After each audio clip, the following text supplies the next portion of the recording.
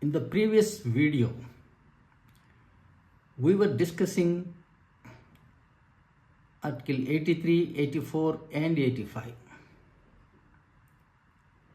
Of course, 84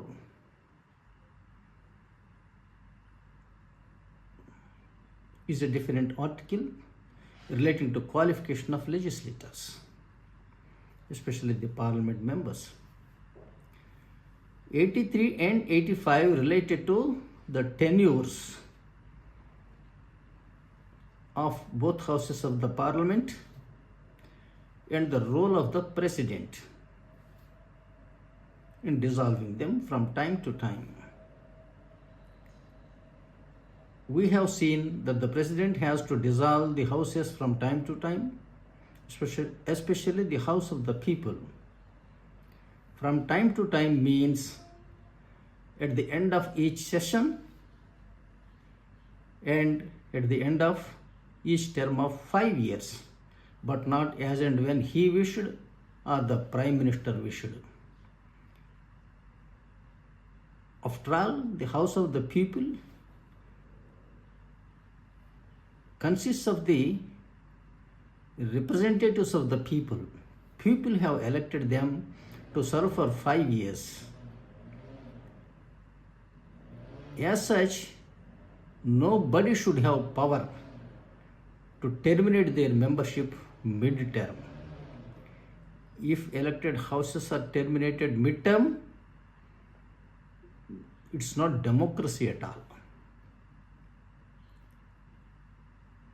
I also brought to your notice that dissolution does not mean dismissal. Indians have misunderstood the term dissolved, and they are dissolving the houses and going for mid-term elections. For the first time, it happened in 1971 through Mrs. Indira Gandhi. She dissolved the House of the People as the Congress party did not have sufficient majority to pass certain bills like abolition of privy purses, etc. That could have not been a right reason to dissolve the House of the People. No reason is sufficient to dissolve the House of the People because, after all, it consists of the people who are elected by the voters of this country. Others should not have power to terminate or dismiss their memberships mid-term. It is a sabotage of democracy.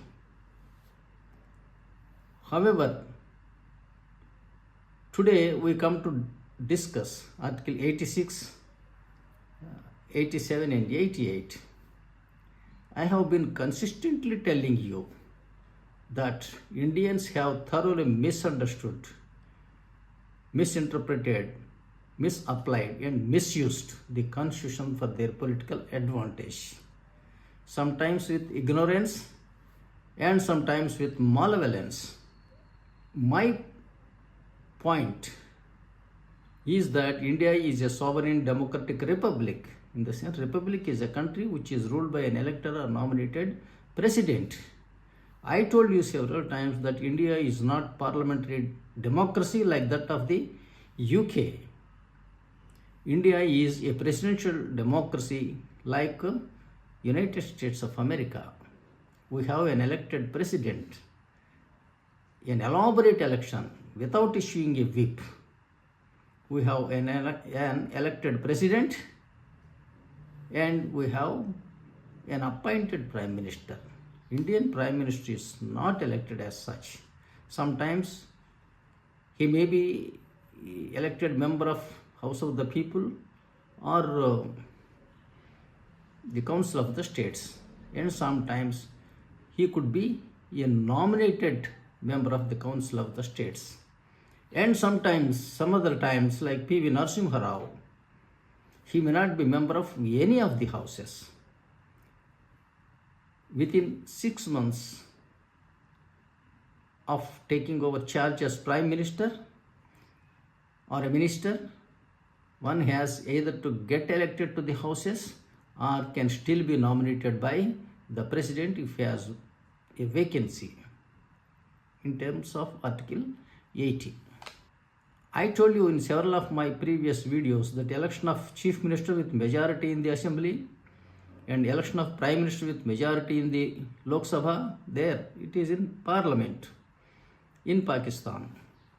They are contained in Pakistan Constitution Article 91 and 130.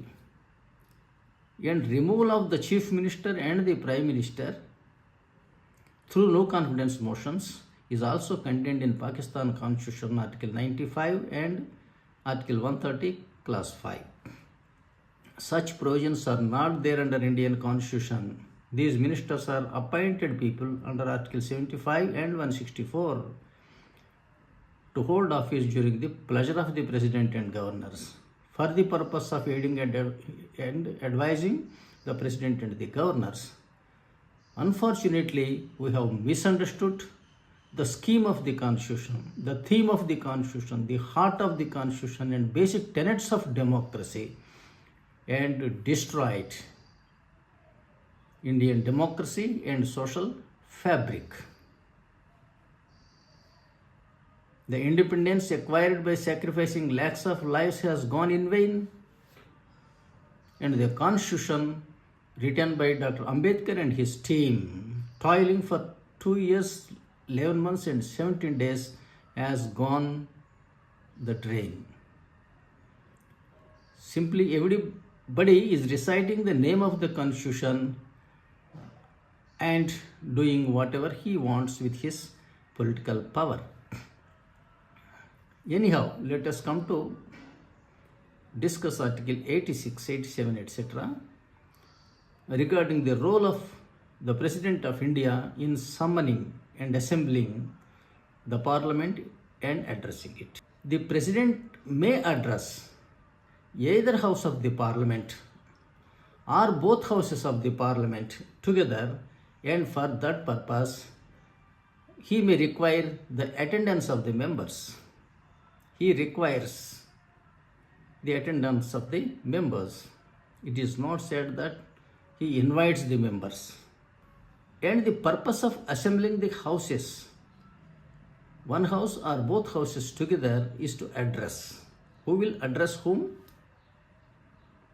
The leader addresses his subordinates or his followers, or the superior addresses the subordinates. This we have not understood. It is contained in Article 86(1).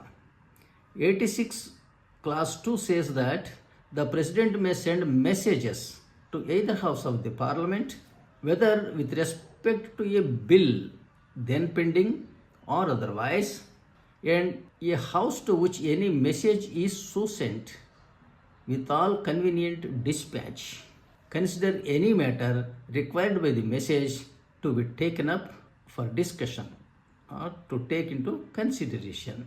Article 87 Clause 1. This is about the special address by the President of India at the commencement of the first session of each year. Please remember, at the first session of each year and the first session after each general elections, the President has to make a special address to the Parliament.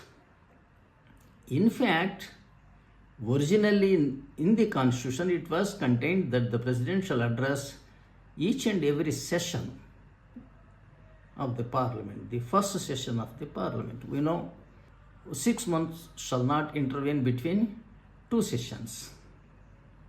So yearly there will be 2 sessions. Each session the President has to address according to the Constitution originally. But however, through the first amendment of 1951, it was changed that the President shall address the first session of each year and the first session of after each general elections. My grouse is that unfortunately the President of India, whose rights are being stripped off, is signing on such bills, giving his assent. This is the misfortune of the people of this country.